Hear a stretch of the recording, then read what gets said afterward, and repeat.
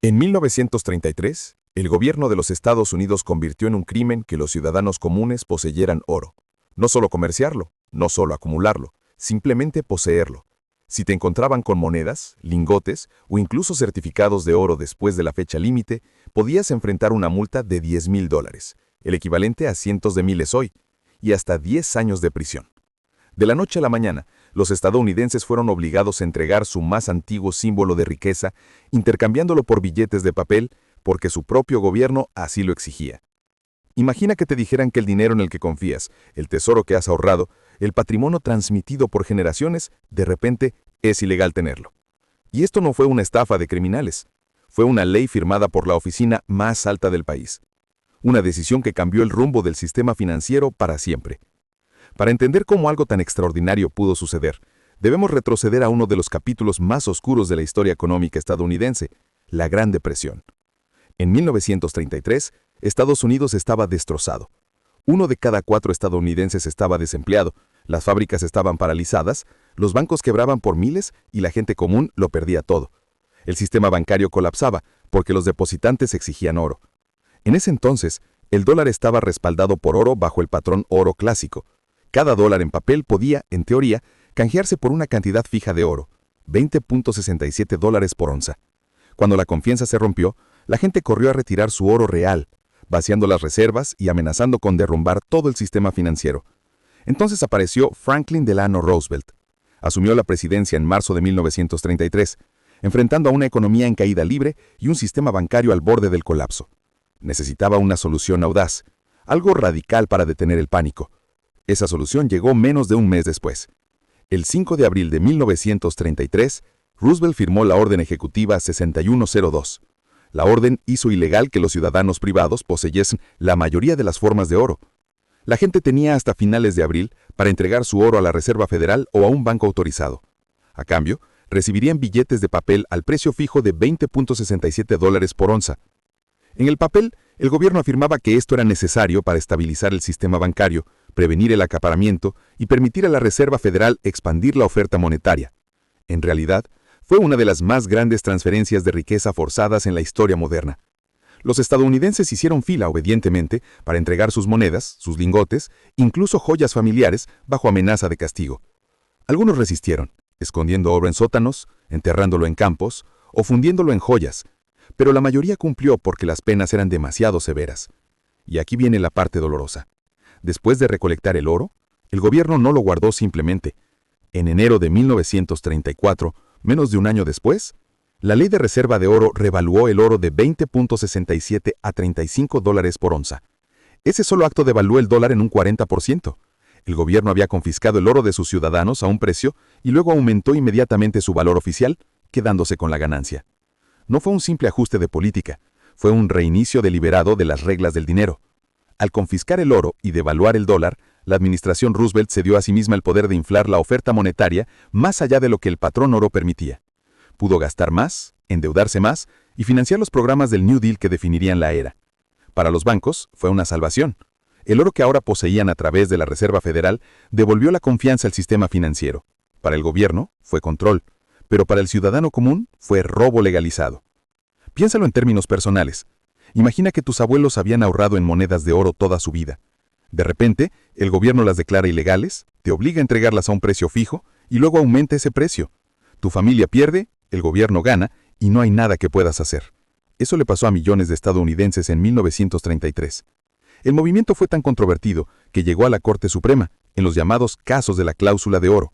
Muchos contratos de la época estaban escritos en cláusulas que exigían pago en oro, no en papel, como protección contra la inflación. Al confiscar el oro y devaluar el dólar, el gobierno anuló esos contratos. Los acreedores demandaron, argumentando que el gobierno violaba acuerdos privados y confiscaba propiedad. En 1935, la Corte Suprema avaló las acciones de Roosevelt por un solo voto. Ese fallo marcó un precedente escalofriante. En tiempos de crisis, el gobierno puede reescribir las reglas del dinero, anular contratos privados y confiscar riqueza en nombre del interés nacional. Pero la verdad más profunda es esta. No se trataba solo de salvar bancos, sino de romper el patrón oro. Al sacar el oro de las manos del público, Roosevelt cortó el vínculo directo entre los ciudadanos y el dinero real. Los billetes de papel se convirtieron en la única moneda legal, respaldada no por oro, sino por decreto del gobierno. Había comenzado una nueva era, la era de la confianza en la autoridad. ¿Y quiénes se beneficiaron? Primero el gobierno. Al confiscar y revaluar el oro, Washington aumentó instantáneamente el valor de sus reservas en billones. Eso permitió financiar los programas del New Deal, expandir el gasto público y estabilizar los bancos sin subirte impuestos en plena depresión. Una maestra jugada de ingeniería financiera y un golpe al principio de propiedad privada. Después, los bancos. Al transferir el oro de los ciudadanos a la Reserva Federal, el gobierno garantizó la estabilidad del sistema bancario. La confianza, destruida por las corridas bancarias, se restauró y el público fue convencido de que todo era por el bien de la economía. Pero en realidad, los mismos bancos que habían fallado fueron rescatados a costa de la gente que confió en ellos. Y por supuesto, los ricos y bien conectados encontraron la manera de eludir las reglas. Algunos enviaron su oro al extranjero antes de la orden. Otros lo transformaron en objetos exentos de confiscación, como joyas o monedas coleccionables. El ciudadano común no tuvo esa opción. ¿Cumplió o fue castigado? El resultado fue una transferencia de riqueza hacia arriba, del pueblo al Estado y a las élites. ¿Y los perdedores? Evidente. Millones de estadounidenses que habían ahorrado en oro, creyendo tener algo tangible y seguro, descubrieron que su seguridad podía desaparecer de un día para otro. Su oro fue cambiado por billetes que perdieron valor en cuestión de meses. Los que más confiaron en el sistema fueron los que más perdieron. Y la lección era clara. Las reglas del dinero no son fijas. Pueden cambiar en un instante, con un simple trazo de tinta. Avancemos hasta hoy. ¿Por qué debería importarte esto ahora? Porque el principio no ha cambiado. Cuando el sistema está amenazado, los gobiernos harán lo que sea necesario para preservarlo, incluso si eso significa quitarte tu riqueza. En 1933 fue el oro. En 2008 fueron los rescates bancarios financiados con dinero público. En 2013, Chipre impuso bail-ins, confiscando parte de los depósitos de los ciudadanos. En 2020, la impresión masiva de dinero durante la pandemia infló los precios de los activos mientras los salarios se quedaban atrás, erosionando el poder adquisitivo de millones. Y la inflación también es una forma de confiscación. No verás agentes armados irrumpiendo en tu casa, pero cada año que los precios suben más rápido que tus ingresos, pasa lo mismo. Tus ahorros valen menos, tu trabajo rinde menos, y el sistema absorbe la diferencia. Es una transferencia de riqueza lenta y silenciosa, a plena vista. Esa es la versión moderna de la confiscación.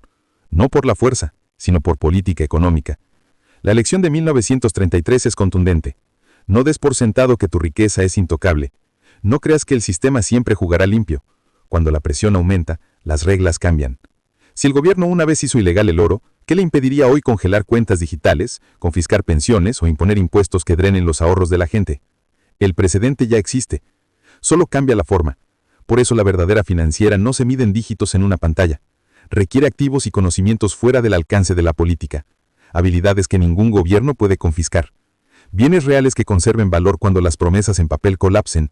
Y sobre todo, conciencia histórica, para reconocer los patrones cuando se repitan. Cuando Estados Unidos robó el oro de sus ciudadanos, no lo presentó como robo, lo llamó rescate, patriotismo, sacrificio por el bien común. Pero el resultado fue claro, el sistema sobrevivió y la gente pagó. La historia no se repite, pero sus ecos son claros. Si pudieron quitar la riqueza una vez, pueden hacerlo otra vez. Y si no entiendes cómo realmente funciona el dinero y el poder, siempre serás tú el que se quede con el papel cuando cambien las reglas. Así que, la próxima vez que escuches a un político prometer estabilidad o a un banquero que diga que tu dinero está seguro, recuerda 1933.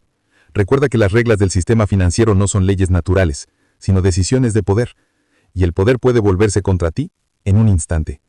Protégete, no con fe blanca, sino con conocimiento, conciencia y verdadera riqueza. Si esto te dio una nueva perspectiva, suscríbete. La historia tiene las respuestas.